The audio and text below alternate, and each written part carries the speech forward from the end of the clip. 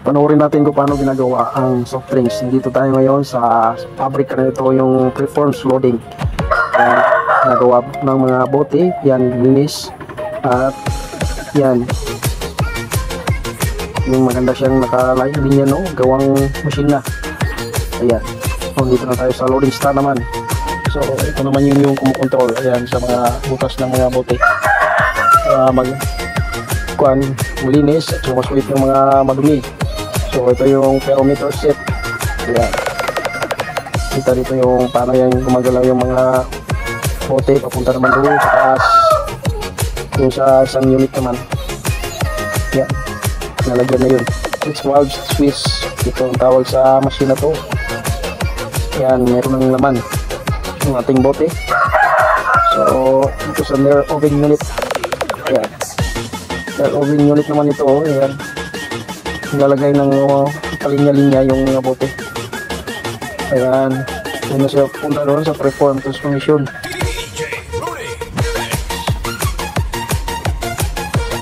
Ganito pala ginagawa yung soft drinks. Bago malagyan ng laman ito ay kailangan ay nasa standard talaga yung mga bote na paglalagyan ito. So hindi lang gawa ng tao ngayon, ay gawa ng machine na. So ito yung advantage ngayon ng technology natin, lalo na sa ganitong pabrika. Ayan, kumpleto sila. So ito yung air conveyor. Ayan, ang bilis, no? Ang bilis. Ito yung mga bote punta doon sa isang unit naman. So ayan na, meron na guwit-guwit. Ayan, sa out input. Pakigaling. Ayan, yung washing na yung botol. Yung mga bottles natin, ayan, kalinya na para ma-washing sila ng mabuti. At paglabas nito ay malinis na. So literally wala talagang chemical or makakasira sa katawan natin na madumi, kaya nasa proseso talaga yung paglilinis ito. So nandun ako, kita nyo naman yun, ang bilis masyado. Ayan, ganyan siya. So yun na yung pinalabas, malaki na. Ayan, lumaki siya kagad. Kompleto na yung papunta naman doon. Ayan, paikot-ikot. So mga sakalam, ikot-ikot siya. So saan naman tayo papunta? Naman unit ito. Dito na pala, dito. Ayan. So meron ng label. Ayan, nalagyan na nilang label, automatic. So hindi na kailangan ng mano-mano dito. Lahat ito machine gumagawa. So assist na lang ng tao dito. Swerte naman ang nakatrabaho dito, hindi na sila mapagod. Assist na lang. Ayan, hulog na siya, hulog. Yan. Meron ng label lahat. So lagyan na lang ng laman dito.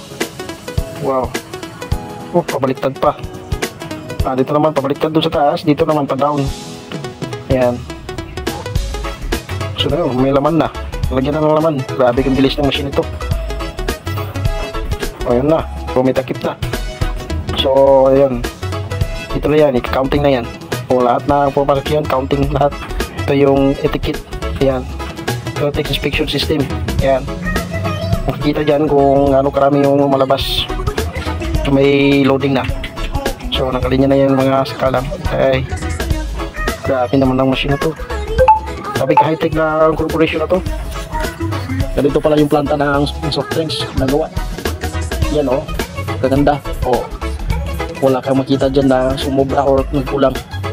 Ito, siguro ang gagawin lang ng tao dito is i-check yung mga may sobra pa or laman. Yun ang project nila para hindi magkalabas sa kanilang corporation.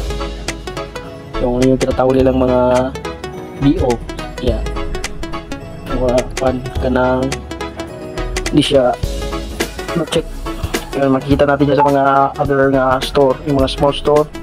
Yan, mabibili natin. Minsan may mga puno at saka mga kulang. Yan, yun po yung tinatawag na BO. So, hindi po yung qualify talaga sa pagiging standard.